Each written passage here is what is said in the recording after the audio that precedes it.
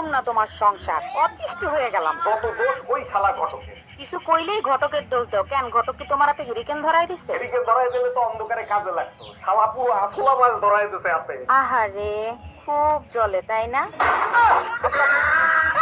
দেখো, ধৈর্যের একটা সীমা আছে, কখনো সীমা লঙ্ঘন করবা না। এতদিন তো টুম্পা ভাবির পেছনে ছিলে, এখন আবার সীমা আসলো কোথা থেকে? আচ্ছা, এত সন্দেহ কেন করো? তুমি কি আমারে শান্তিতে থাকতে দিবা না? জাউরাটা আমারে তো খাইছে, এখন দেখি আবার শান্তির সাথেও থাকতে চায়।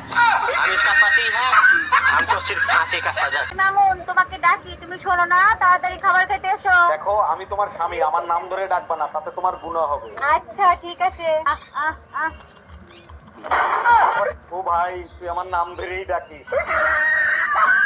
ভাবি, মনে কিছু করেন না, আপনারা মেয়ে ছেলেরা হলে দুনিয়ার ছেঁচড়া। কেন ভাই এই ধরনের কথা বললেন? আমরা মেয়ে ছেলেরা কি ছেঁচড়ামি করি? যে জিনিস খাইলে জীবনেও কমবে না সেই জিনিসটা পর্যন্ত দিতে চান না। ঘরে মধু থাকতে অন্যের মধু খাইতে চান, আপনাদের লজ্জা করে না? এই, তুমি আমাকে কতটা ভালোবাসো? আমার নিজের থেকেও বেশি ভালোবাসি। আমি যদি বড় কোনো অন্যায় করি তখন কি তুমি আমাকে মাফ করে দিবা? কিরকম বড় অন্যায় শুনি? ধরো, পাশের বাড়ির ভাবির সাথে আমার সম্পর্ক, সেটা জেনে গেলা। অবশ্যই মাফ করে দেব, মরা মানুষকে কে না মাফ করে?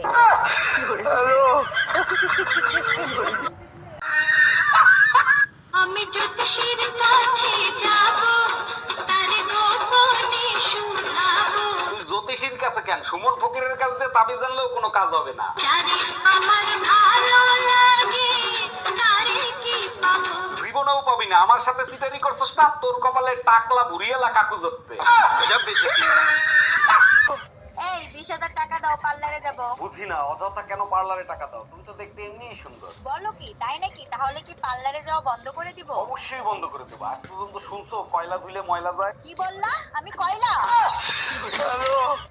এই, আপনার লজ্জা করে না? আপনি মহিলাদের টয়লেটে ঢুকছেন। এতে লজ্জা পাওয়ার কি আছে? আপনিও যে কাজ করতে ঢুকছেন, আমিও তো সেই কাজ করতে ঢুকছি, তাই না? দেখেন, এটা মহিলাদের টয়লেট, এটা শুধুমাত্র মহিলারাই ব্যবহার করবে।